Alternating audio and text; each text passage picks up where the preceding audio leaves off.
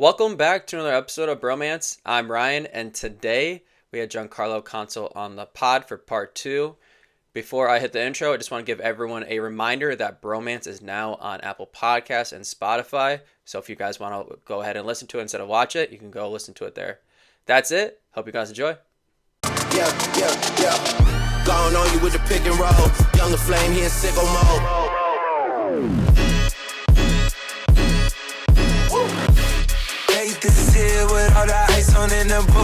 Welcome back to another episode of Bromance. I'm Ryan, and today we got Giancarlo Console on the pod. Part two.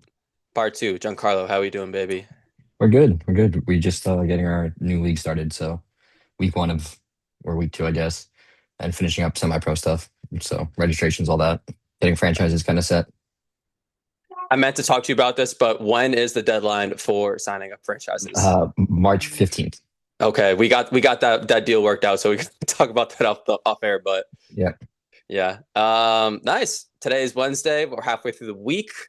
I played some organized dodgeball on Monday. Our Connecticut Dodgeball League started on Monday. Went pretty well for the most part, but your boy is sore. Yeah, I mean, you haven't really done much physical activity since everything? I've started working out like 3 weeks ago, and when I say working out, it's like going to the gym and walking with grandmas at 2.4 speed on the treadmill. And Yeah. I've graduated to like throwing a dodgeball twice a week, and now graduated to like actually playing some dodgeball. But this is the first time I've played any organized dodgeball since the Philly dodgeball in the middle of December. Gotcha. Yeah. I mean, our week started Thursday. I had a terrible day Thursday. I just was shot. I was pretty cooked, just in general, like fatigue in general, just like a long day, long working day. And I was pretty tired. And it was week one, and like week one of a new season. It's like rinse and repeat. We're really not strict with hard lines with new teams. And we played a free agent team first game, and I was just like, and it was like pouring rain. So like I was just like, whatever, like go with the flow of things. Let's so I didn't play corner. I didn't take any of the pitches, and I was kind of just like there. And afterwards, I was like, did I even do anything today? Like I think I had one catch, and I think I got out on like 5 single ball throws. Like I think I was lazy. So I'm excited to get back to the court tomorrow and actually like try, especially as we ramp up from Minnesota. But it was definitely it was just one of those days that like we're week one, lenient, like time flows. I knew we were gonna have time for pickup at the end. And I was like, I'm just gonna take it easy this week. I played pickleball this week as well, which was nice. The weather's been nice, so it's been nice to like just be outside and do things. You guys play pickleball outside? Well, I'm in a league with LI Kick, and I play it Monday nights indoors. But then, yeah, I'll just go to a court nearby. Like we have a group chat or whatever it is. Like if it's nice enough out, just go a couple of friends and hit a court. But haven't hit that yet. But it was just like nice. Got out of work. It was nice. I just drove straight toward pickleball, like windows down, music playing instead of like sitting in traffic and like gloomy snow on the ground. So yeah, no, it's been nice. Most of the snow in Connecticut's melted. Most of the snow in my backyard is melted. So I got some nets, and would love to set up a net and get some throws in before Minnesota. All right, Giancarlo, let's talk some sports. We'll do 5 minutes on sports, and I got one would you rather question. okay. All right, you're a Jets fan, Geno Smith. I'm coming home, baby. It's only been 13 years. How we feeling? Yeah. I mean, it's whatever, right? Like I knew I feel like we're just trying to get a stopgap. I don't feel like we're trying to really compete this year. I mean, right? If Geno Smith you go through like where he went, it was like Geno Smith it was like got the Seahawks Darnold, got the Jets Darnold. So like there was a meme going around. It was like he's gonna get the Jets. He got the Raiders Mendoza. So he's gonna get the Jets Archie Manning. Like he honestly, really is. He actually is. I'm all for it. I don't think we were competing this year anyway. Some of the other moves we've made are like whatever. Like losing AVT kind of sucks. Our O-line, like obviously when he's healthy, he was good. But whatever. I don't think we needed to trade for him. I mean, we moved back 20 picks. I could just let him be cut and sign him at a vet's minimum. Do what they did with Tua. Like that's kind of my thought. We traded a sixth for Geno and a seventh, and it was like pick 208, and we got back pick 228. So we moved back 20 picks. What's that really going to do? Right? Like, I mean, like it's a sixth and a seventh round pick. but also like you see like, Brock Purdy was a late round pick. It's not like we're gonna get our answer at quarterback, but maybe we could get a diamond in a rough like 20 picks earlier, but it's whatever. As long Yeah, as as long as Geno Smith doesn't have like a great year and we make the playoffs and it ruins our chances of like actually developing a quarterback or anything, I'm for it. is there any part of you that it's like, fuck this, I'm tired of being a Jets fan, I'm gonna pick a new team and I don't care? No, I've been struggling my whole life. So like, Wow. yeah, I think I've just become accustomed to it. I'm just like, oh, whatever, same old, same old. Like growing up, I was always like a Chargers fan is my second favorite team. I just like really loved the powder blue jerseys. I really liked LaDainian Tomlinson. I played a lot of NFL Tour, and he was the cover athlete of NFL Tour. Um, so like that was like always like kind of like my second team. It's kind of still always been my second team, but like they're another team that just like blows one score games and then doesn't perform well in the playoffs. So at least they make the playoffs, I guess. But no, I'm gonna stay true. Next thing you're gonna tell me is that you're a Mets fan. Yeah, welcome to my life.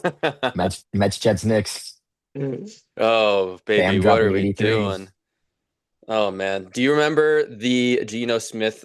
When he got punched in the face. Do you remember what that fight was about? No. It was about a $600 plane ticket that Geno Smith apparently owed this guy, and the guy was like, or Geno's like, no, I'm not paying you $600, and then just decked him. Dude, if I could do that for all the people that owe me money in the dodgeball community, I'd be in jail.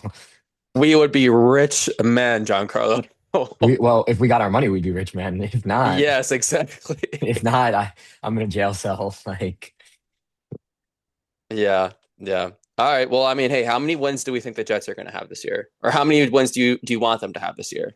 I would like less than five. I would like to see us go like 3-14, 4-12, like 12, or 4-13, whatever. But realistically, like we're gonna do some dumb shit. We're gonna win close games. We're not gonna supposed to. We shouldn't be winning.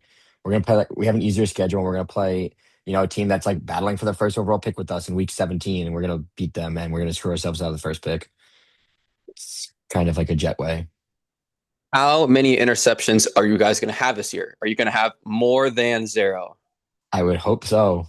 I mean, I feel like every free agent defensive back we've signed had more interceptions than the Jets had last year. You guys Like, traded for Minka Fitzpatrick, who had yeah, exactly one interception, which is yeah. exactly one more than they had last year Yeah, as an last year. entire team. Yeah, we signed one of the Giants like reserve safeties or something like that too. And our group chat was going off. Like we have a group chat of just like Jets and Giants fans, and it was just like any of the breaking news for either team. That's so depressing. And it was just like, dude, we just got the backup safety, and I was just like, he had more picks than the Jets had all last year. Like, not excited about it, but hey, maybe we can find one. Yeah. Bless your heart. Bless your heart. Yeah. All right, let's move on to some would you rather question. All right, this one is from Meredith. She did not ask Right. this for you. She actually asked this to Amanda and I. And I said stealing this trademark because she didn't trademark it. So here it is. Would you rather have to kiss every single person you met on the forehead and say you love them? Or there's a 9% chance that every single time someone walks by you, they initiate a tickle fight that will last a minimum of 5 minutes? I'm not ticklish. That's a weird question. Like, I wouldn't say that on the pod. I would not say that on the pod. okay. Aren't I'm you going to super Minnesota? ticklish. Yeah, I'm going to Minnesota. Okay. Everyone remember Um, that. yeah, great. And it's gonna be on a stream court. You guys are gonna pin me down and just start tickling me, and nothing's gonna happen. I'm gonna start swinging. I don't know. I mean, like, there's nothing wrong with giving a homie a forehead kiss. Um, forehead kiss, tuck him in good night. That's all. But Sounds like you're down for both. yeah, 5 minutes is just a long time. Like every time I walk past somebody, like, what is it, a 9% chance? 9% chance, yep. I walk past a lot of people in a day. Like I go to a sports league almost every night of at least 50 people. So what that means that You're probably getting tickled at least twice. yeah, that means 10 minutes of just being tickled against my will when I'm like, I don't like this. I guess I'm kissing my homies on the forehead. Okay. I said the second part because I'm like, dude, good luck. I I guess would welcome a every second person I fight. see, I would have to kiss. It's every Um, person I see I have to kiss on the forehead. you met. So like So it's just the first first time time I meet impression. them. Yeah, yeah, yeah. Actually, I meet way too many people. I take that back. Give me the tickle fight. You're gonna be like the Pope kissing babies on the forehead. Yeah. Yeah. I like Hick Pope. Welcome to week one. Line up. Mwah. No, Just thank go you. down a line. Everyone line up single Yeah. file, Yeah. please. I take it back. I'll tickle people for 10 minutes a day. Okay. All right. Tickle fight. You're going to Minnesota, right? When are you going? Yeah. I fly in Friday morning. What hotel are you staying in? What room are you staying in? Didn't figure out a hotel yet All right, or guys. He's staying with me. arrangements. I'll drop the hotel and room number. Link in description. Great. I'm for it. Whatever. Show up. You're gonna tickle Ryan instead of me. I mean, That'll be I that. I think height wise we're a little I'm a little bit taller, and I think my hair might be a little bit longer than yours. So It might be longer than mine right now. yeah. So Yeah. I think people should be able to know which one's you and which one's me. But it would be a real shame if there's like 9 of us staying in 2 hotel rooms right next to each other, and everyone knew that you weren't ticklish. Oh yeah, yeah, yeah. And then I get bodied. It'd be a real shame. Yeah. I'm not gonna stay with you guys. Huh? That's what you What? think. That's what you think. Okay. All right, let's move on to some dodgeball questions. This is part 2, so if you guys missed part 1, I'll put the link in the description. Part 2, the questions. First question: do you remember your first tournament? Um, yeah, I mean like my first ever tournament was literally at like a baseball batting cage on Long Island. Um, and it was a joke and it sucked and we used like 10-inch foam balls. My first like true tournament, I guess, well, not even true. The charity tournament had Dodge Hunger. I played in the amateur division. We kind of talked about that episode one. Um, but I never played elite. Like my first like true USA dodgeball tournament, I got invited to go to a couple elite tournaments. I can never make it work with work because I worked like 30-hour weekends. So I did what 2021 FDC would probably be my first like actual tournament. I played on a team called Recon. And me, Derek Smith, and Ty Frazier from the East Coast got to play together. And we performed okay. I think that was my first, That is right? not true. That is Was not there true. there was USA Tour before. Well, oh, I guess we could talk about all of duels tournaments too. But like, Yeah, that's the first one. Yeah, because you came up. So the first time I met you, my first tournament, I came up to you and actually because I saw you were recording, and I yeah, caught Matt Levine was punishing me on the pitch, and I caught him once, and I was like, I gotta watch this back, and I asked you for the film of it because I didn't know that. Yeah, okay, that was 2019 then.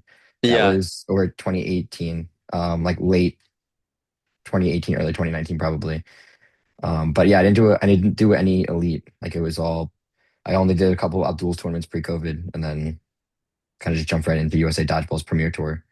you asked me if I was going to post it on YouTube, and at the time I was posting everything on Google Drive, and I said no, but if you give me your email, I'll send it to you. Yeah, and you And probably sent it to me with your fake Facebook that you don't actually use. probably like my third Facebook, yeah, Yeah, that I forgot the password to. yeah, yeah. I don't know if I ever actually watched that footage. To be honest with you, I'm trying to think. I don't think I ever did. Or if I did, it was like a one and done. And I was just trying to like watch this clip of me catching a ball, and that'd be that. I would love to go back now and watch it though, and see like how dumb I was at dodgeball. Like I was so when I came in, I feel like I was so raw, like didn't understand much, and we were playing a lot of 8-5, and I have small hands. So like I would love to go back and kind of like see and look like what I did then and be like, wow. Because I definitely obviously have we both have probably come a far away, but like my first exposure was in like tournaments like that on like really not strong free agent teams or put together random teams of players who had no chemistry. And we'd play against like Impact or like Bulls was pretty good at the time or Goat. And like I'd be like, oh, like I feel like we'd do something that's like a decent play and we'd win a point, we'd be excited, but the score's like 6-1. We're like, okay, like whatever. Yeah, I Yep. uh I used to do scouting reports actually for Matt and for Kyle because they would travel from Ohio at the time and they wouldn't really know any of you guys. So I would do like whatever team I thought was going, and then if I knew who was going on the team, I would put the player, and I would just do like 1 or 2 pros, 1 or 2 cons. Like it'd take like 30 minutes to Yeah. make. And I remember for you, I was like good player, not on good team, good catcher. and I got clown for it. And look I who was got right. I got dog walked that tournament. To be fair, a lot of people were getting dog walked. It was 8.5. That was it was 8-5, and that was things like I could catch 8-5. My like I guess I don't know if this is gonna be a question because I've listened to pod. You have a welcome to dodgeball moment on it. It was a Kyle Roth Spooky Nook tournament. It was a random draw 8.5 tournament. And I just remember I was on a team with like Ty Frazier, Frankie, Derek, but we played a team that had TJ, Jefferson, Jeff Giovinco, and CJ. And I all one of the first it was like definitely like I remember like CJ went to throw alone, and Jeff was like, no, no, no, no, all of us. And like CJ like stopped, and I was like sitting there now without a ball. I already dropped it.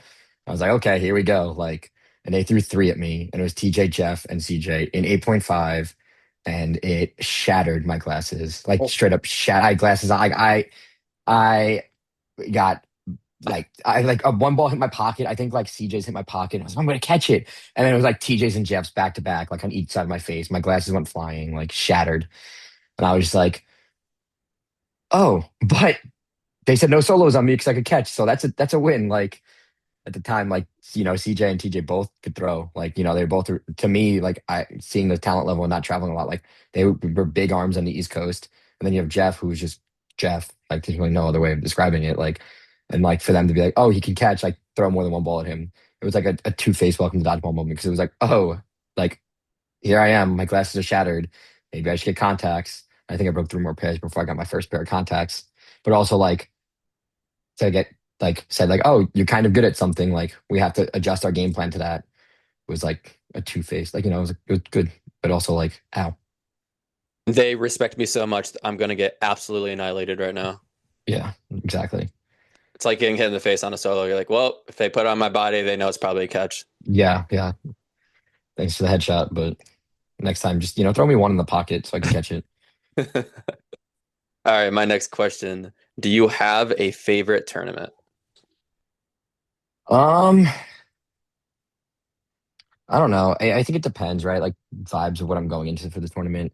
If I'm going like and I just want like the best overall experience, Clash or Kickoff from Dodgeball Toronto are both really good. Just long games, well ran.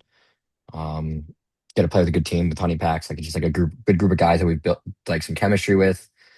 Um, and also like just like kind of that downtime is like cool. Like both times I've gone now, it's been at like even I've stayed at a hotel by myself and I've stayed at Airbnbs. I've just you just end up at an Airbnb. So it's like cool because you play like a high level dodgeball in a well ran tournament that have like very structured matches that are, like you got to play 40s, which is nice. Um, and then you get to like also just have that downtime. And obviously like any nationals is a fun year. Just because you get to see everybody throughout and you kind of spend an extra day or two in that city. But also Sin City. Like if I'm just going for a tournament, like Sin City is a good one to go to. This year we didn't get to go because it was the same as kickoff, but the year before we brought an all Long Island team, which was cool. And it's just a fun vibes tournament. Like everyone's there is having a good time. And then like just the after parties are great. Everyone, it just brings out a different crowd that you really get to see and experience and hang out with, which is just like awesome to do. So we're looking forward to bring our Sin City team back for next year, which will be fun. Not ours. We're gonna bring back our Long Island one. Probably not Pop Your Cherry Grove. Probably something similar though. We're changing our name. Oh yeah, yeah. Oh yeah, yeah. Are you moving to Long Island? Yeah, it's in Long Island. Oh yeah, yeah, yeah. No, but I was actually talking to Hannah about some of the Toronto tournaments, and she's like, "I've never been to Canada," and I was like, "Oh, you want to go?" She's like, Ex- Especially in July. "Yeah." She's like, "I In, kind of want to go."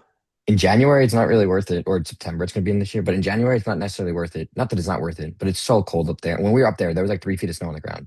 Mm. So like we didn't go into downtown Toronto. Like we're like 35 minutes out from the city probably.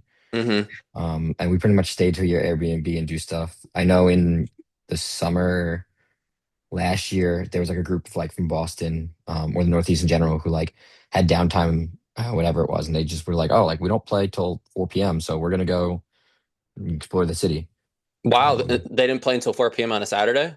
yeah, I forget what it was. I don't know, like don't quote me on it, but like it was either that they played, it might have been mixed. They played like mixed rec, So they played early in the morning and they were done and then they left. But I just remember they had like a half day to go Oh, and like explore the city and do stuff. Um, but yeah, I mean, I've been saying it like I want to do Toronto in the summer and like actually like stay a day or like go out on Thursday night instead. Normally we drive. Like I've driven to Toronto every time. Did I actually? I might have flew for Flash, but normally we drive up there. it's And like it's what, 7-ish for you, it's hours? probably 7. For us, it's like 8.5, 9. It's not terrible. It really isn't that bad of a drive either. Normally it's like 3 or 4 of us. Normally me and Dylan have drove up together every year. Um, this year I didn't have to drive at all, but which was nice. I got to just be passenger princess and eat a lot of beef jerky. Justin Thomas was trying to get me to go last year, and he was like, "I will drive up to Connecticut, pick you And up, and we will go pick to you up Canada and go. together." Yeah, yeah. And Justin likes driving. Like he likes doing those trips, which is it's nice. Like especially when we came up, if we come up to Connecticut for a pickup or we go up to Boston for something. Like Justin's like, hey, like I want to go. Are you down? Are you interested in coming up? Because like I'll drive you. Like And there's times where he's like, meet at my house, and there's other times where he's like, no, just like I'll come get you. And I'm like, dude, I live like 45 minutes east. It doesn't make any sense. It's like it's okay. Like I'm gonna pick up Jackie anyway. It's like, hey, whatever. Like if I don't have to drive at all, I could sit there and be a passenger princess the whole way. Sounds nice. Sounds But nice. All right, my next question: what's the coolest city/venue you've played in so far? I really liked Kansas City. I liked Hy-Vee Arena. Um, just like to actually like be in arena and like have that feel. And also just like being able to explore Kansas City. I'd been there prior for a conference with work. And it was just like a cool vibe. Just the layout of that venue is super nice. Also Chicago, the Wintrust complex that has like the bar upstairs and slot machines. That was a lot of fun. Uh, those Those are are the probably two like that I have as top well. two. Like just like Hy-Vee just sick. Like so there's so much opportunity for like good dodgeball to be played there. A lot of dodgeball to be played there. They have the 2 levels of courts realistically. So in theory, like there was already what like 12 courts set up. They could really run double that because they have the downstairs area as well. Hmm. Um, and it's just a cool layout and like the office is there, the food there, like it's kind of all in one. Um, I The know way people. the way that I imagine the Toronto's laid out, like with all the courts available and all the nets, and like you can see from the stands, is how I envision like Kansas City is.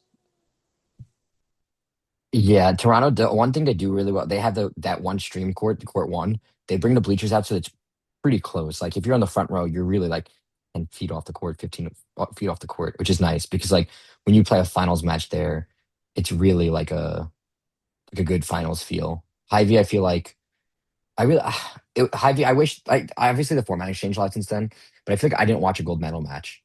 Like it was, like either we were playing for third at the same time, or it was like I was refing a different game that I didn't get to watch the finals, um, or just like even the layout of it, like not that the bleachers were off centered, but they were like, a little further back. And by the time you're watching it or you realize it's going on, it's like, oh, okay, like I just played. But I think they're changing that for this year anyway. I think I remember seeing it that like Sunday or Monday is like all the gold medal matches for nationals. Oh yeah, I think it's still undecided, but I do remember them kind of mentioning that. Yeah. Yeah. All right, next question. What's your favorite dodgeball memory to date? Um, I don't know. I don't know if I have like a set one. Probably our local, like our first year is local at nationals. We're a makeshift team. A lot of flights got canceled that year. Um, I guess my favorite memory in general was probably nationals 2023 when I tore my UCL beforehand. We still brought like a Long Island team. It was cool to like just get them that exposure. And it was like the first time a team from Long Island traveled to a tournament and had like a full team, which was cool. And then probably nationals the following year was like a full year of local, full year of Island boys, and local ended up placing fourth for no-sting.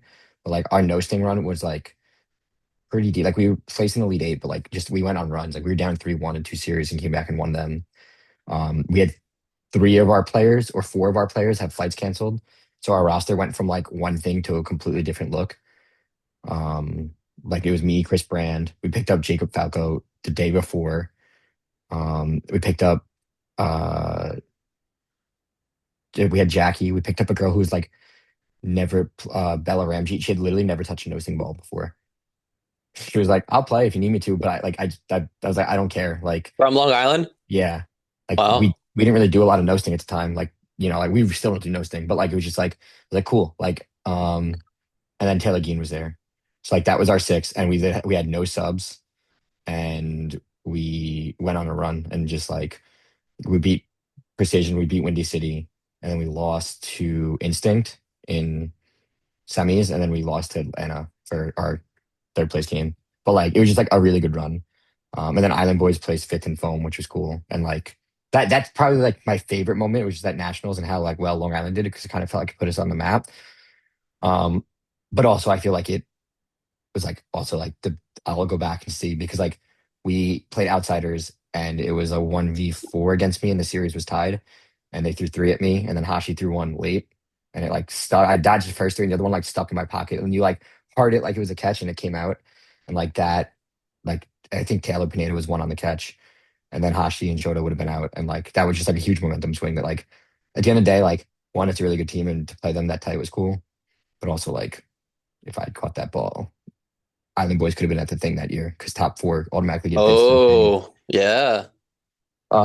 Which was like also, so that's cool. I guess also now that I think about it, catching Xander in FTC 2022 with Shred, because that was like the first time I really had a shot to play on like a good team. Um, and I caught Xander to send us to the finals, which was nice. Hmm. Me and Xander like joke about it all the time. But like, I mean, it was definitely it was a 60-foot throw. It wasn't like a point blank. It was a 60-foot throw that like I kind of like shadowed and just caught. But like now I'm kind of just like taunting him on the court, be like, oh, throw it at me. And 9 times out of 10 he will and he will hit me and I don't catch it. But like it's still I just bring up that one time at FTC that I caught him. That's funny. Xander's got a fucking arm. And also hashtag ad if you haven't go ahead and listen slash watched on the rushdown. Kim had Xander on and it's a super good episode. I'm like halfway through right now. Yeah. All right, next question. What advice would you give to yourself when you first started playing dodgeball?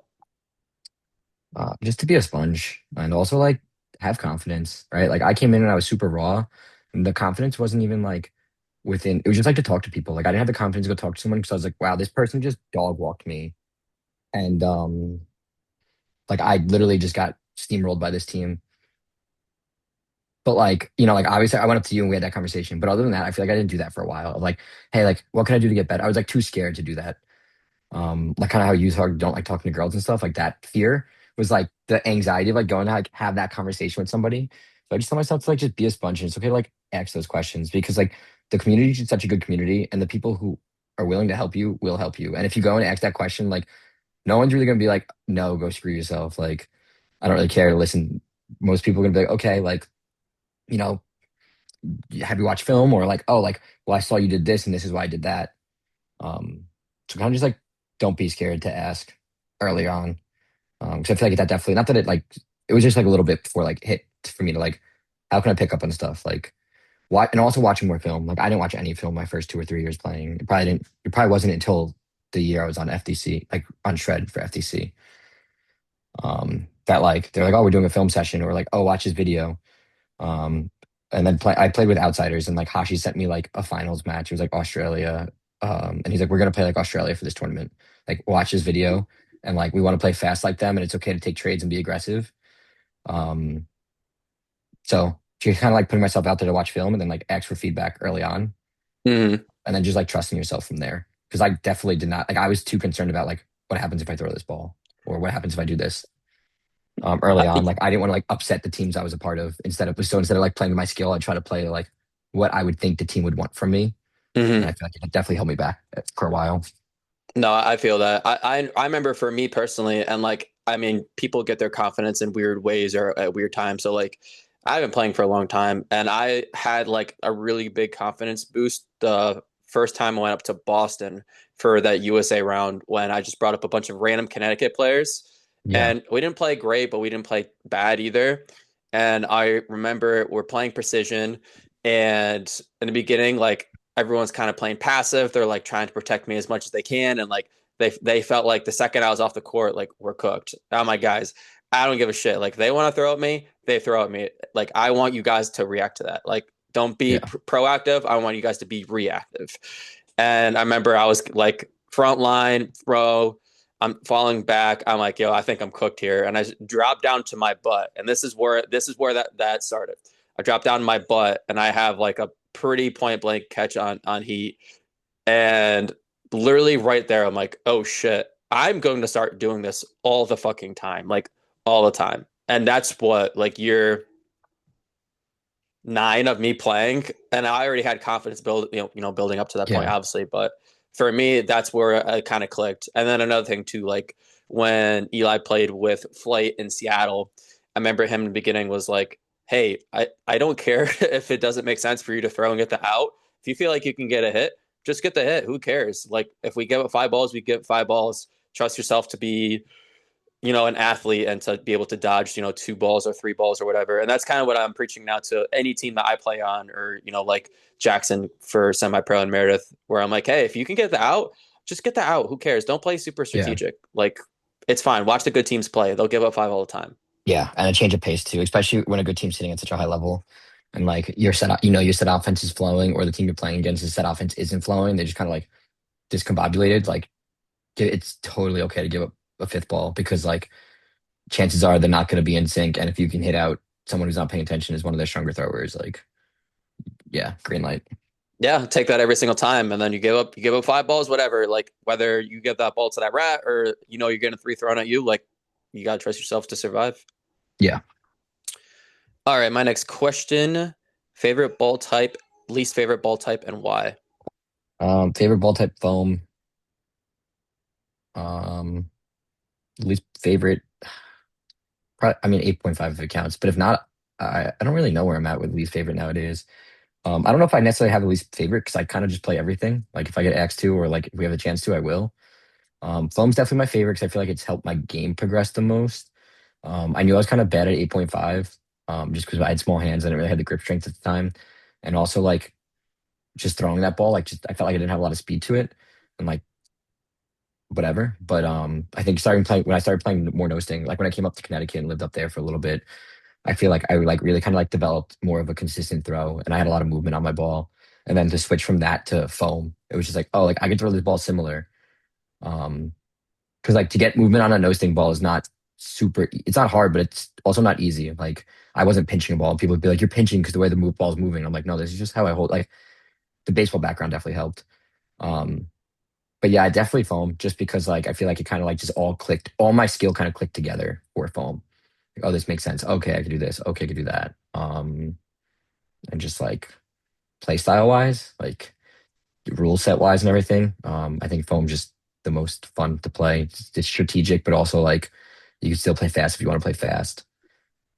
I really have been enjoying claw like last year. I didn't think I on flight last year. I was like, I'm not going to play cloth. I don't really want to play, but like if we ever need a player and it's during the same weekend of a tournament I'm going to, I'll play cloth. And like I think it was the first cloth tournament we played in. I was like, I think it was Minnesota. Like we were kind of messing around and finished the 1 seed.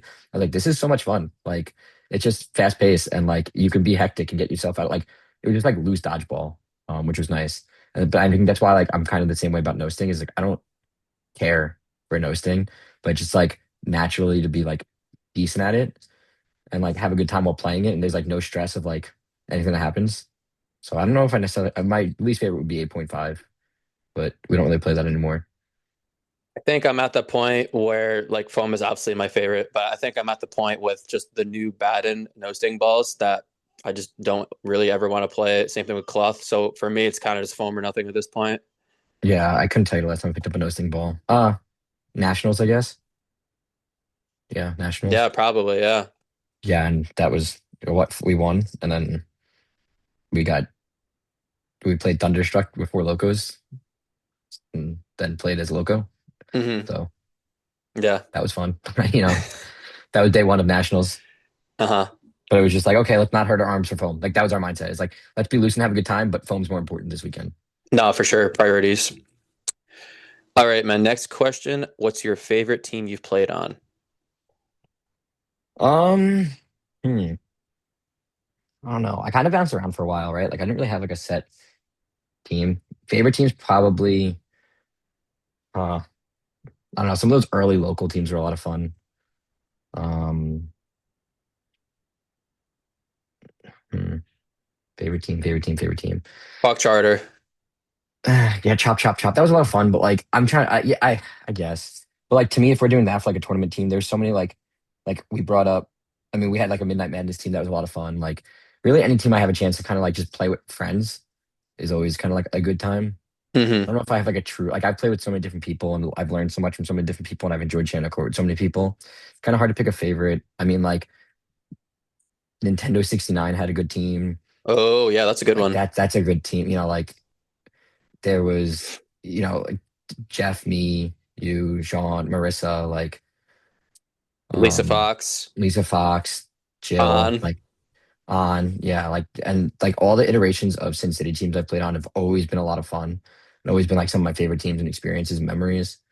Um on our Beast Coast team was a lot of fun, like on LI. Like it's just certain people like realistically being able to share a court with someone I've become so close with. Like that's why local meant a lot to me. And I was like cool with it. Like year one of local, like playing with like Kyle Robinson and Jordan Guyton and like Chris Brand and these people who like I just became close with because of dodgeball and like the homegrown community and then go and play. Like Pittman was probably some of them like I was coming back from injury. I was 6 months post op of Tommy John and I was playing. And it was just like, but it was just like vibes playing with the right people. Island Boys had a lot of good people on it, and we were trying to like figure out it was our first tournament. And then local just had people like Carly Sukiel showed up, and I think first series called like eight balls, like not in the first series against Precision. Like nobody knew who she was, and she was just catching everything. And it was just like, this is awesome. Like um, yeah, really any team that's had a part of like the Long Island community and watching them like see them grow and like come to fruition at like a higher level. And then obviously like yeah, Charter. It's That was okay. Second in Charter your was. I heart. mean, Charter was fun, but like it was fine. Yeah. All right. My next question: what's the biggest challenge you faced in dodgeball so far? Injuries, right? Like I tore my UCL in Denver of 2023 with the Denver round single throw playing no sting. I tear my PCL at nationals this year. What's your Definitely, favorite injury? That's a question I should have asked. I have like 10 crooked fingers. I'd rather You're those Italian. That those are doesn't count. That doesn't those are count. my favorite because I can still play through those. Um, but yeah, definitely like injuries and like the mental block of it afterwards. Um, right? Because like I got the UCL surgery, I got the Tommy John, but it was like a modified, and my doctor cleared me in 6 months, and like I just went gung ho and listened about it, and like part of me wishes I took the longer recovery. Um, but then the other part of me was like, it took so long for me to like fully buy back into it, and like kind of trust myself again. Um, and the same thing, like definitely just like the mindset of an injury and like how you're responding to an injury. Like I said, like I mean, like I got my first tattoo after the injury. And it was kind of just like a mental reminder of like trusting the process. It's a pawn looking in the mirror and seeing a queen. And if you don't know chess, like a pawn is the queen's most powerful piece in the game of chess, and the pawn is the only piece that can become the queen. So it's kind of like I was playing at a high level, and I got hurt, and it's like okay, like pawns are pretty forgotten about, and it's like a reminder that like even if like you're down to a pawn level, because I'm playing left-handed and I don't have an arm, like I'm in a sling, whatever it is. I had surgery, and I went back from like, and my arm was a better part of my game at the time. To it's like okay, like I can still become that queen again in the game of chess. Like people forget about you, but if you put the work in, you can get back to that level. And like that mental aspect is really like what kind of helped me lock in with a lot of things. But I say it all the time, like an injury is it's like 30% physical and 70% mental. Like obviously there's things that are physically like stopping you from performing, but like after that, like that mental block is just as bad, if not worse, sometimes. Two things. First thing, that has to be a tramp stamp because I've never seen that. You've never seen my tattoo? It's literally right on my left Oh, arm. never mind. Never mind. I've never Like noticed, I literally, guess. I've had it for 2 years, three Yep, years. that's pretty noticeable. Probably should have noticed that. Second thing, I have always, heard people talk about surgeries and coming back from injuries. And I wouldn't say like a hernia is a major surgery, but it is like they had to put mesh and everything. And I was out for like a month and a half because of it. And I now understand you guys because like I can catch a ball, but it hurts a lot to do it. So I'm like, okay, I know I can do it. I just need to get over the fact that like, yeah, it's gonna hurt, or like you can do it. You probably just don't want to do it. Yeah, not it's not even like I didn't get the surgery for my knee. Like they refused to give me the surgery. And there's times like I'm walking and I'm like I can feel myself that I'm shifting my weight one way. Like I avoided the surgery. I did a lot of PT. Like I still do band work a lot for it. Um, Or I was lifting something the other day and it was like on the heavier side. I feel like whatever it was. And like I kind of like felt in my lower back. I'm like, ooh, like, okay, like, but this is like my mental. Like I literally I'm okay. Like I know I can lift this. Like I've lifted heavier since the injury. Um or honestly at Thursday last week, I didn't have my knee pad or my knee brace. I wear a sleeve. It's like a compression sleeve that has like just like soft bracing on the sides to kind of help stabilize my PCL. And like I didn't have that last week. And I was like definitely in my head about my plant at first. Like I felt like when I was planting, I wasn't like fully planting, like shifting my weight right. And I was like, ooh, like my arm's getting a little sore. And I was like, well, I'm literally only throwing with just my arm, like not even my body. I could tell like everything was off. Mm-hmm. And they were just like, oh, like, dude, like you're shifting your weight weird. Like trust your knee. And if it gives out then, or like it feels funny then, okay, then go back to the drawing board and figure it out. Like Yeah. I kind of made that shift and like I was throwing harder. I was like, okay, cool. Like it is a lot mental. Like to the ability to trust yourself and just like push through that like like yeah it might hurt a little bit but like also like what's the pain, is it a bad pain or is it sore, is it fatigue, or is it like oh this hurts in a way that like it's not healed. And like Yeah. knowing your own body is huge. Just getting over that mental hurdle is a real challenge. All right. Next question. What was the path to the current team you play on? um cool. Fallout is a rebrand of Flight essentially. Ryan made some okay jerseys. um um but yeah, I mean, like a lot of us played together last year, or like have wanted to play together previously.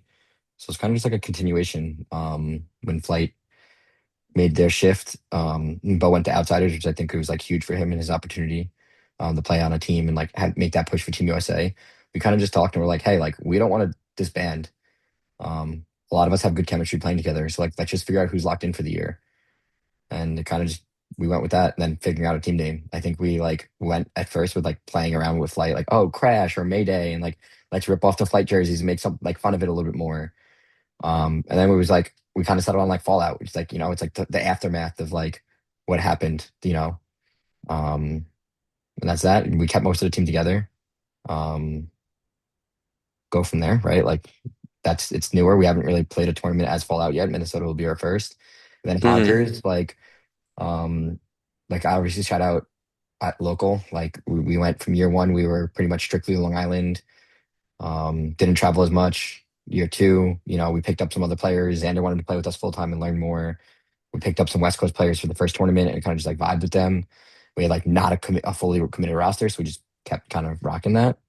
Um, but again, like captaining teams was a lot. Like I captained men's and mixed my first year, and then mixed my second year. And then me and Jeff Giovinco and Andrew Kim were all sitting at a tournament one time. We kind of like joked around about the three of us playing together. And Dylan had told me that Xander was going to go back to Brick Squad, and Jeff wanted to start playing with Danny more. So like we were sitting there, and I was like, what if like I think nationals was kind of where we really locked it in last year. I was like, what if we just kind of like do our thing? And, like you'd leave local, and I was like, I don't really want to, but also like a chance to play with Andrew and Jeff, who were probably two of my closest friends in the community, and like some of the first people I really talked to. And like to play with that talent and like not have to be a full on captain. Like me and Andrew are kind of co-captaining. Andrew's doing a lot of the heavy lifting. Um, and be able to like just play dodgeball. I was like, okay. And like talent wise, ball type wise, like it was fun. Like, so like kind of we were kind of just like, okay. And then like the girls kind of fell into place after that. Like it was me, Jeff, Jordan, Clever, and Andrew, and kind of all locked in. We all talked about like bringing like one person over from one of our teams or something. Jeff really wanted to play with Danny. Jackie was my co-captain on local, so I told her, like Jackie was going to get asked. Joanna had reached out to me and asked me about the following year already. I was like, let's just, like let's make this a team. And then we, as a joke, we were like, let's make it about Wawa. And then we came up with honkers, and we have Wawa sandwich wrapper honker jersey designs.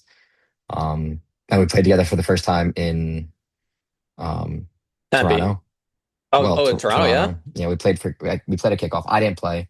I ended up getting like tweaking my knee a little bit, and we had 5 guys in the roster, 6 with me, because we picked up Benji, um, just in case with my leg and everything.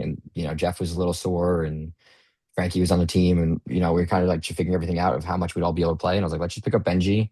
And when I tweaked my knee, I was like, I'm gonna sit out. Like I'm gonna sit here and shag, and I'll do what I can for the team. But like I don't want to push it. So we played together for the first time in Tempe, and I mean, well, in Toronto, and then we played in Tempe, and we'll play in Minnesota. So I think we plan on being at all the foam and cloth rounds the rest of the year. Yeah, no, I think you're right. And then for just to touch on it a little bit on from my point of view, I know people have been asking. There's no ill will towards Bo with him leaving. Bo's Yeah, my none at friend. all. None at all. I love Bo. He's my friend. He comes down to our open gyms on Friday, so I see him honestly more now than I did before. So it's a good opportunity for him. And then we kind of rebranded ourselves, and we all hopped on that call like when we got that text, and we're like, yeah, we like playing with each other. Like, let's keep this going. So our roster this year's you, me, Matt, Miles, Ashley, Austin. I know I'm gonna forget people here. Age. Gage, yup. And then we picked up Nate Luce from Minnesota, and we also picked up Marshall from Minnesota. So Yeah. I'm really, and we also have Nico too from Minnesota. So Yep. And then, I'm super excited for Minnesota. yeah, and then cloth. I know you don't really care about as much, but we do have Harley for cloth, and we Mm-hmm. have Randy Malden for cloth. Yeah, So I think we have a really good group, a good core for our foam teams, and also a good core for our cloth teams. That for the players who are playing both ways. Um, there's a lot of talent, a lot of like potential to like kind of like grow into a role. Um, I think we can make good runs this year. So like I'm definitely excited for everything but the jerseys. you said bought the jerseys. Nah, the jerseys You're a are hater, fine. bro. You're a The jerseys hater. are fine. I like the jerseys.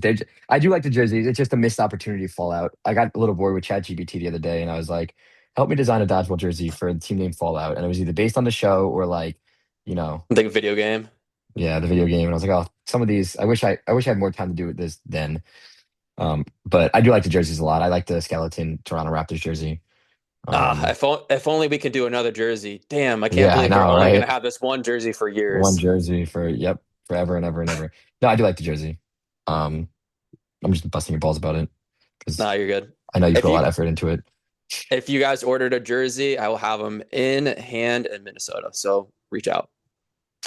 All right, my last question. Then we got a speed run through the questions from the people. My last question to you: build your dodgeball Mount Rushmore of goats. Yeah. I feel like a lot of people take very similar takes on this, and they like try to think people who have played a lot or accomplished a lot. Like to me, it's more about like who's moved the sport forward. Um, and like Lucas is definitely some like probably number one for me, right? Like he has done so much for the community. He's done so much for Dodgeball Seattle. When we needed balls for Long Island and we couldn't get them anywhere else, he was like, "Hey, I'll just ship them out to you." Like, I was okay, cool. Like, he's like, "At call, like like whatever we paid is what you're gonna pay. Like, you'll get them when you get it. Don't worry about, like I got you because you guys shouldn't be using like dead balls or whatever it is." He runs a phenomenal tournament, like just everything they do up there. Um, so to me, like the route much obviously like Lou deserves his flowers, a lot of his flowers. And just like definitely all the other organizers. Like Lou's just the one who stands out to me as an organizer, right? Like if you're gonna talk about a Mount Rushmore of dodgeball, you have to have someone who's like played and also been an organizer. So Lou definitely deserves his flowers there. I think he's done both phenomenally. He's represented Team USA for what, 8 years, 2017, 9 years. Um, he's done like just a lot to move the sport forward. Lou's Mm-hmm. definitely like organizer wise. And then just people who are like willing to put that influence on the community and do more. Um, So just really anyone who's moved the sport forward, I think you got to have skill wise, like you have to have Hashi on there. Um, like just his skill and everything, he's got to be on. And then you talk about like people who move the sport forward internationally, like Nate, uh, or someone like Vince, like people who like been around the community or around, like there's just so many people who've been around for so long, right? Like from the NDL days to the Sky Zone days to like everything. So it's really hard to like making a Mount Rushmore kind of like leaves so many people off the list. I feel like, but like Lou definitely deserves a spot. Like Pine deserves a spot. He's been playing forever, and he's been playing at a high level for forever. And then like organizers who've like grown it, back from the elite days to the premier tour days to like the countless like thankless jobs they had to do and the energy they had to put in. So I don't know if I really have like a true set Mount Rushmore. But yeah, definitely Lou, I think, and like top play like Hashi's been playing for so long on Team USA at such a young age. I'd probably throw Pine on there because again, he's been playing forever at such a high level. Um, The last spot you said Nate, yeah, Vince, you mentioned organizers, so like Mark Acombe running yeah, Elite for all those years. yeah. Um, hmm. Yeah, I don't know. I mean, I feel like it would probably have to be someone like Nate, right? Like he's done a lot for the international level and what they've done for dodgeball as coach and player. So yeah, I'd probably put Nate up there. It's a good And Rushmore. there's definitely people missing, right? Like there's definitely people who are just like pure, like they might not have the accomplishments, but they're so smart behind the sport, or like they just their mindset, like their dodgeball mind is like elite. There's so many different Mount Rushmores you can do with dodgeball that like it's almost unfair to only name four. That's fair. That's very fair. All right, we got 5 minutes, Giancarlo. We're gonna speed run through these questions from the people. Ready? Yep, let's go. All right, Jordan Guyton asks, build an all-time dodgeball thickness team. Jordan, Jordan, Jordan, Jordan, Jordan. You're Um, you're not on there? Me as a reserve. Jordan, Jordan, Jordan. Um, at Midnight Madness, Jordan wore, I think he's changed into Dylan's pants or something, and he wore some pants, and I was just like, what the hell, Jordan? Like, I have a sticker on my phone now that I just send all the time to him. Anytime he says anything, he's like popping his butt out. Um, yeah, just Jordan. Okay, that's fair. Next question from Marissa Veronelli. She asks, nothing but love for you, Gio. What's your most proud LA kick moment? It can be for any sport. Um, that's tough. I guess probably there's a lot, right? Like bring LI Kick to represent Long Island Dodgeball in at nationals, our first nationals. Uh, bringing 40 people to Boston, our first time we traveled as a team. She probably wants me to say our first kickball team together. Sal gave us a 10% chance to win in our playoff night, and we beat the 1 seed and the 2 seed as the 4 seed, or maybe we were the 3 seed and we did 2, and then we beat the 1. She probably wants me to say that because like we literally we were told there was no chance for us to win. And I was our starting center fielder, and I played well. But there's so many different little things. I like being a full time employee, like being the first full time employee. Really just like watching the community grow is probably like the best. Like the community's done so much for me, and to be able to like give back to the community and then see the community grow to where they are now, it's probably like my win. Will you guys ever take Marissa off the LA Kick homepage?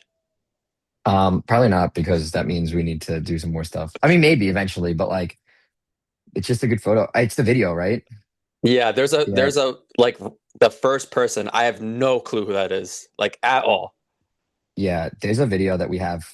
We did this in 2021, coming out of COVID, of our sports, and we had like a videographer come in and like just take clips from our sports and stuff, and then like talk about the sports. So until we do that again, which probably won't be anytime soon, Marissa's on the website. We're keeping her on there. We'll take it back on Long Island too. Open arms. Oh, okay. You hear that, Marissa? All right. Next question. Luke Finder asks, what is your Mount Rushmore of dodgeball jerseys? Nintendo 69 fire jersey. Probably one of my favorite jerseys we ever have. I'm also going to really talk about like only jerseys I've ever teams of five played on, I think, just because there's so many jerseys and so many nice ones. Um, Nintendo 69. I like the Island Boys, even though we ripped off the Milwaukee Bucks. Our original local design, like just a clean white with a subtle blue. Um, I have a lot. I don't know. And then probably like I did like our flight jersey. Um, I don't know. Which one? What's your favorite flight I, jersey? this mm, I like the reds, but we don't wear them enough. The blue is my favorite, not the white. But the navy blue is the navy blues to me like the buffalo gold, like the white with the buffalo is like nice, but like I like the navy blues are just kind of like probably my favorite. I'm trying to think what other ones I have. I have so many jerseys, so many random jerseys. Like I have a dream. Someone was saying the other day how I wear the dream jersey a lot. I was like, yeah, well, like I just went through. I found my Mazone insurance jersey. Like I have a lot of jerseys. I can't. I think I'm at like 80 jerseys. The Mazone t-shirt jersey is But crazy. I definitely took a cop out answer and just I'm just gonna go local Island Boys, navy blue flight, and our Nintendo 69 jerseys. Okay, that's fair. Next question from Brenda Gonzalez. She asks, "Sups, motherfucker. In my opinion, you're someone who is great at dodging and catching. How do you know when to go for a catch as opposed to dodging? Is there something you look for, or is a split second decision?" it's just like playing against someone. Repetition against player and their tendencies are huge. So in any situation, it's kind of like looking to see what they're doing. If I know someone throws a straight ball, I'm trying to match up and like be directly in front of them, and then just trying to mess up the timing of the other team, or only focusing on that ball playing situation. If it's like a 1v4, and I know number one on the catch is someone who like I trust them to win a 1v3, then I'm focusing on one ball and I'm going for the catch. If it's like a 1v4 and like I know I kind of have to survive, then I'm not. I'm just trying to dodge and pick people off and get it down lower. And if I can get it to like I get a catch and it could be a 2v1 or a 2v2, then I'll go for that. But it's all just situational, and honestly, it's a lot of repetition and knowing who you're playing against. Um, I think that's like a good chat GPT summary on Yeah, I think playing. the tendency is pretty big there because, like, for example, like if you're lined up across from me, I have a pretty straight throw. I just put it in, less catchable spots. But if Nate's in front of you, like, you're probably not going for Nate's catch because he just throws nothing but sliders. Yeah. Yeah. And it's all situational. If I'm looking, I'm in a 1v4. And I do it a lot in the league too, where like, okay, this person has a tendency to do this, or this person's throwing high. This person's intentionally like, you could almost tell like who's trying to hit. If they're throwing two at you, you can almost always tell like what their game plan is. Like, especially if they don't switch it up a lot. So kind of just focusing on that one person. Like, okay, I know I can catch this person, or okay, I'm gonna catch this person because it's who I'd rather want out, and that's the ball I go for. If I don't convert, I don't convert. Like kind of like just reading the room and figuring out who you want to go for and when you want to go for it. Okay. Next question, Charlie Dang asks, if Long Island versus New York City were to happen, who would win each ball type? Um, I don't know. Uh, I'm gonna be biased and say Long Island would win a lot. Like I think our talent wise, like, and it's not even a knock on New York talent. I think New York City would probably win 8.5. But Dylan might tell me otherwise. But I think that yeah, New York City would probably win 8.5. I think we win everything else. And it's not even a knock on their talent. It's just the talent and skill level that we have. Like our top six are just strong. But I mean, it, I don't think it would be like blowouts, right? Right? Like it's No, not no, no no, questions no. asked. I think there'd be good games, like back and forth the whole time. But I do think that like um, Long Island would have that edge just because the talent's there. I haven't been out to New York City in a while though, so I could be totally wrong. Like I haven't been to a league out there or a pickup or anything in a bit, probably like 2 years, and outside of like USA rounds. Um, so definitely getting like definitely progress, a lot of progress and potential coming out of New York City recently. No, for Um, sure. I mean, I think like between like Rockefellers and Rockafools and Empire and all the other teams that they bring to tournaments, I think that they do a phenomenal job and yeah, just the growth that they've been having in their leagues and like they still do 8.5. Like yeah, we're they doing the they wash Connecticut. us in 8.5. I don't think we win 8.5 at all. And No. then I think also like I mean, and their women's teams are like Empire is filthy. Like they are so Yes. good. And if we're breaking it down by division and type, like again, like I think everyone gives each other a run for their money, but like their Empire probably has the edge over our ladies team. Um, and we probably have the edge over their men's teams. I'd agree with that statement. We'll find out at Beast Coast. That's facts, actually. Literally, like you literally will find out. Yeah, we'll find out at Beast Coast. All right. Next question from Pierce McKenna. He asks, what was the reason Island Boys didn't continue as a team and ended up splitting between different teams? Yeah, not much, right? Like commitment issues was hard. It's just hard to like. I was into the game for a little bit longer than the rest of them. I tried to get everyone in. My injury, obviously coming off my injury, I thought it would be a good idea to captain the team because like, oh, it's newer players. Like it's not going to be as rigorous as me jumping back onto a team. And so it was really kind of like the plan was to run it for a year, coming out of injury and seeing how it goes. It was much more intense than I thought because a lot of people were tunneling on me more. I was throwing, or they'd save me to the end and I was throwing a lot more. Um, and then just commitment. Like we had a roster of 8 originally, maybe 9. I think we added Noah last minute and like, but like travel wise, Matt Spadone came to every tournament. Noah came to most of them. Um, and then I think Kyle came to 3, and the rest of them we were just picking up a lot of subs. So when Bo reached out to me and asked me about playing on flight, like it was nothing personal. It was just like I'm looking for something a little bit more consistent, and I'm trying to travel to everything right now. Um, and Long Island, it was a little bit harder for everyone to travel as much as I could, just jobs and stuff. So like that's kind of what happened. It was no like like they turned into Kraken. Most of them turned and kept playing as Kraken. Um, Noah's played with Filthy. Noah's played with Flight. Noah hasn't really joined a true team, but like Matt kind of took over as captain, made Kraken, and took a lot of players from that. But yeah, it was nothing ever personal. Like we talked in the group chat when it happened. I let everyone know, like a big message, like, hey, like, I really enjoyed playing this year. I want to see everyone keep playing. I'm more than willing to help, like, create a team or keep a team going. But like at that point in time, like I now was a full year off my injury, and I felt like it was just I was getting tunnel. It was just a lot. Like it was nice to see everyone progress, but also like to go on an opportunity to not have to captain and like deal with the stress of picking up subs literally the day before, like flight, and a lot of it's not even players' faults. A flight got canceled, work, something came up with work, they couldn't come. But now it's a day of a tournament, and I have to like scramble to pick up somebody, or we're down to six. Um, which is something I wasn't necessarily looking to do as I was trying to make that push for Team USA. Um, and also like an opportunity to play with a lot of Team USA level players and learn from certain players and stuff. Like kind of like just push that needle for me to make that split. But it's no hard. We talk all the time. Like the teams we practice with each other. We still have our leagues and everything. So there's no hard feelings with anybody. And also, like behind the scenes too, that's kind of when Charter first started, and we played 7 months together of tournaments, and we knew each other in the past. You and I, we played on Illusion like Yeah. 2021, so like the connection was there. We talked in September at Chicago, and then Kansas City. So like, Yeah. It yeah, was it was Chicago, Kansas City, and then my first tournament with Flight was FTC. And I told the team going into FTC if I had a good time playing with Flight, I was going to play with them for the next year. And if not, then I wasn't. But I wanted to let them know ahead of time so they can kind of figure out what they're doing. And if I didn't have a good time with Flight, or I didn't think that it was good for my future, then I'd come back and run Island Boys for year two. And it just, we played well as a team, and it was just like that synergy that, like you said, we played together a while before. Um, and I, just bought into Flight and like believing in them to be a top level team. Because right before my injury, I was kind of bouncing around. I played with Shred, I played with Outsiders, I played with Precision. I kind of joined Precision for the rest of the year, and then I got hurt. And then coming back, it was just like I was up in the air. I was like, you know what? Like, there's a lot of talent here. I want to help grow that talent. I want to work on my play calling and stuff as I'm coming back from injury because I know I shouldn't be throwing as much.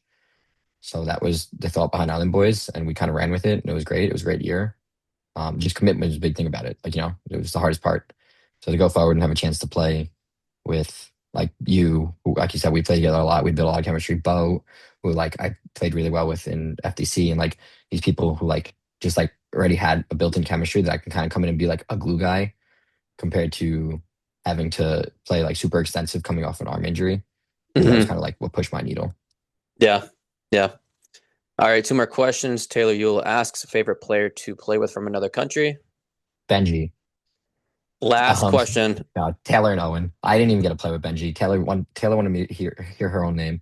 I played with Taylor with ADC at Clash last year, and it was like good. It was, and that's honestly it's part of what happened with Honkers and why we became a team.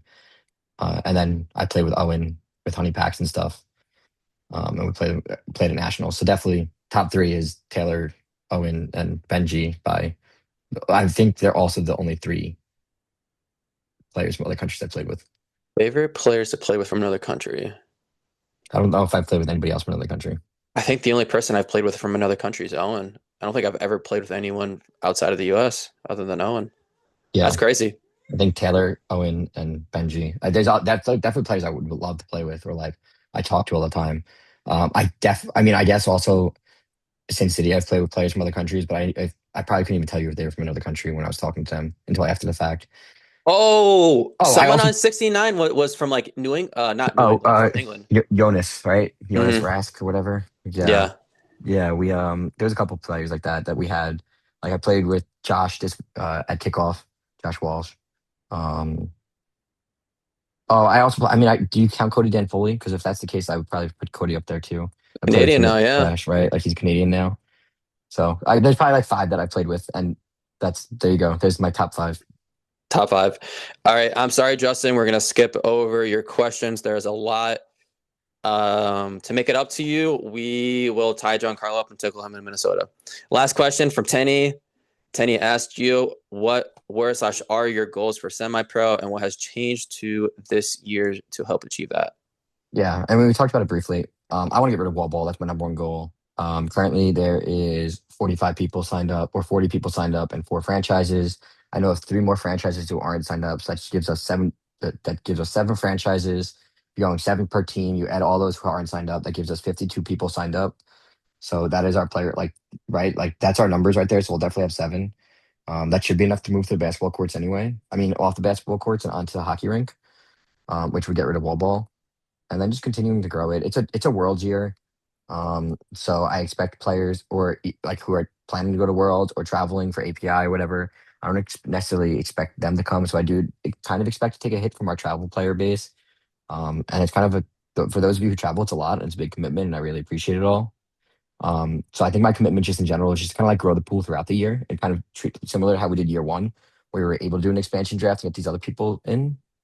Um, so I mean, it's just kind of continuing to build on what we built on. I'm excited for the Bromance partnership. My personal goal is I want to get one tournament fully commentated with stream, and I would love to work with the stat crew and get a tournament statted.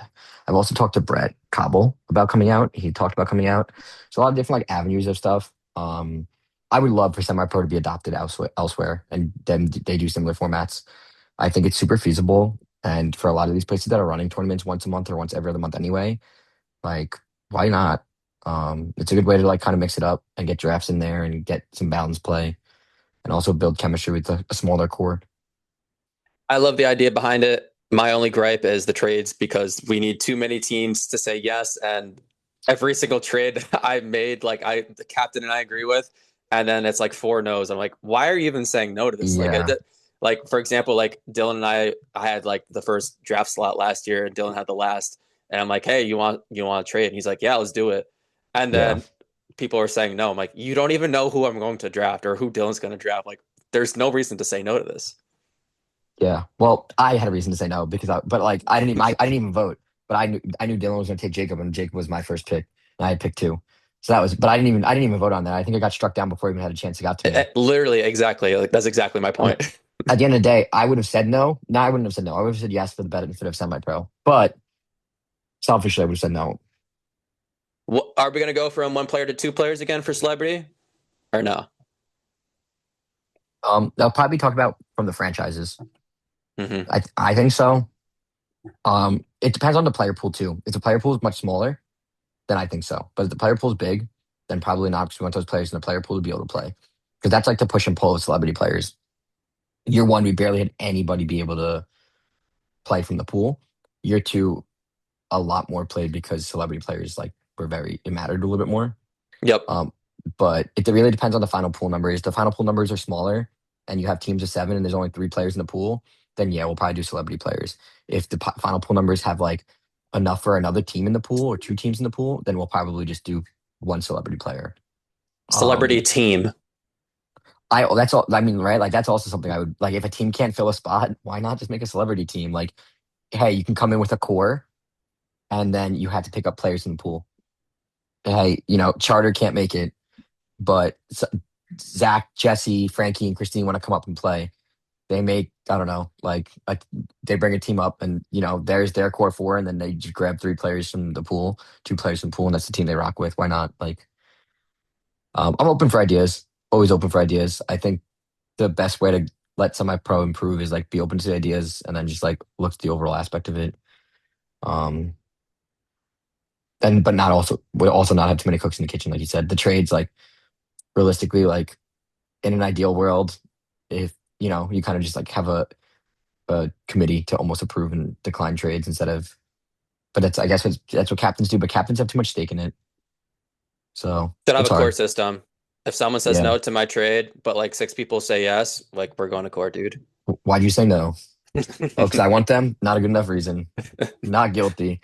Congrats, Ryan. You got the first overall pick for a 3rd year in a row.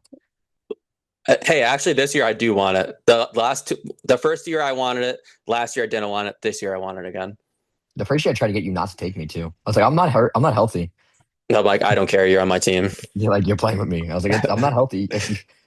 Also, you're helping me draft now because I drafted you first. And then you draft me and immediately you text me. So who's this person, this person, this person? Who'd you take with this pick? Like, I knew like half the pool because you guys were recording your practices. So I knew of a lot of the players, but there was some I just had no clue who they were. You got to come down for the live draft this year. You guys have daycare. I'll watch the kid. We'll throw him in. We'll throw him in one of the rooms. Perfect. I definitely trust that. Robbie's really good with kids. We'll invite Robbie to babysit. I could see that actually. Like he's actually like We were joking about it the other day. I was like, dude, if I have a kid, Robbie's gonna be like the first person I ask to babysit. I could see that. Not anybody else who has a kid or anything. Just Robbie. Just Robbie. All right, let's hit the outro. Let's do this in less than 1 minute. I'm a little late. Any closing thoughts / shout outs? Just shout out to the Long Island community. Shout out Ryan, obviously, for the bromance. Um, it's any league organizers, right? League organizers is like a pretty thankless job. Um, Most of the time, I think you get like the short end of the stick because when something goes wrong, everyone hyperfixates on it.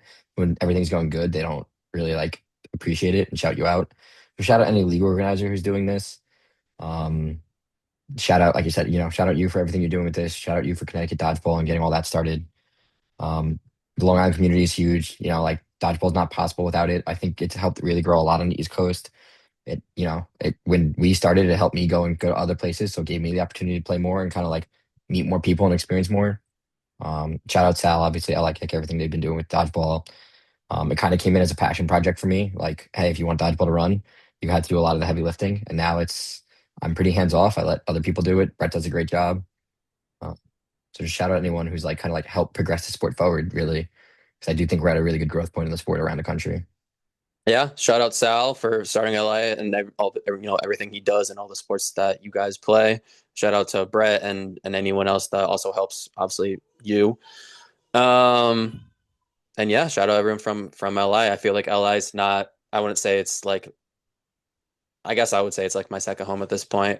I used to say like Philly was like my second home because I started going down there a lot for tournaments. Now I don't go down there as much anymore. Just older and Hayden. Different priorities. Yeah, but I can do LI. So Yeah. Next question or last question actually. What's one guest you would like to see on Bromance? I want to say Jordan, but I feel like he'll get canceled. He's already been on Bromance. No, but like you got to get like a Jordan. You got to get Oh, like a bromance after dark episode, and it'd be like Jordan, Dylan, like some you would wild have to things. sign a waiver.